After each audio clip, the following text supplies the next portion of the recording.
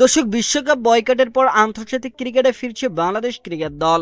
চলতি মাসে পাকিস্তানের বিপক্ষে ঘরের মাঠে লম্বা সময় পর ওয়ানডে ফরম্যাটে নামতে যাচ্ছে মিরাজ শান্তরা।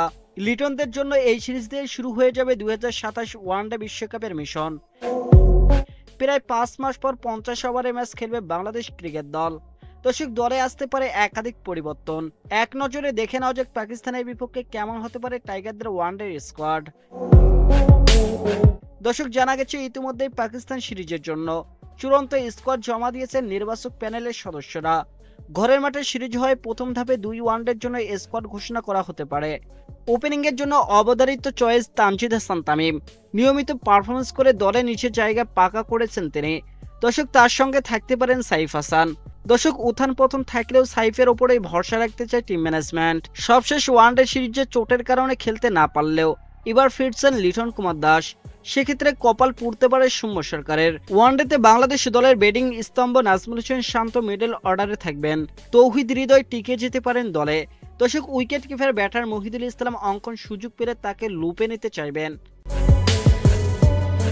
আর এক wicket keeper batter Nurul Hasan সোহানের দিকেও নজর থাকছে। পাকিস্তান সিরিজে তাকে দলে দেখলেও অবাক হওয়ার কিছুই থাকবে না। বরাবরের মতো এই ফরম্যাটে টাইগারদের নেতৃত্ব দিবেন মেহেদী হাসান মিরাজ। কেবল নেতৃত্বই নয়, ব্যাট ও বল দুই বিভাগেই পারফরমেন্স করতে হবে তাকে। স্পিন বিভাগে মিরাজের সঙ্গে থাকতে পারেন লেগ স্পিনার রিশাদ হোসেন, নাসুম আহমেদ এবং তানভীর ইসলাম।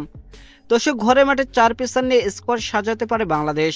কাটার মাস্টার মুস্তাফিজুর রহমান তো থাকবে নয়, মাঠে ফিরছেন তাসকিন আহমেদ, থাকবেন তানজিম সাকিব এবং আরেক পেসার হাসান মাহমুদ। ব্যাটার ও বলার মিলিয়ে বেশ শক্তিশালী স্কোয়াড সাজাতে যাচ্ছে টিম টাইগার্স। তবে মাঠের খেলায় দিতে হবে সর্বোচ্চটা। দর্শক, পূর্ব নির্ধারিত সূচি অনুযায়ী পাকিস্তান দল আগামী 9 মার্চ বাংলাদেশে পৌঁছাবে এবং 11 মার্চ শেরেবাংলা জাতীয় ক্রিকেট স্টেডিয়ামের স্বাগতিকদের বিপক্ষে প্রথম ওয়ানডেতে খেলবে। সিরিজের দ্বিতীয় ওয়ানডে অনুষ্ঠিত হবে শুক্রবার 13 মার্চ, আর তৃতীয় শেষ ম্যাচটি অনুষ্ঠিত হবে রবিবার 15 মার্চ। দর্শক, 3টি ম্যাচই মিরপুর শেরেবাংলা জাতীয় ক্রিকেট স্টেডিয়ামে অনুষ্ঠিত হবে। তো দর্শক, আপনাদের পছন্দের স্কোর জানাতে পারেন আমাদের ভিডিওর কমেন্ট বক্সে। এতক্ষণ সঙ্গে থাকার জন্য ধন্যবাদ।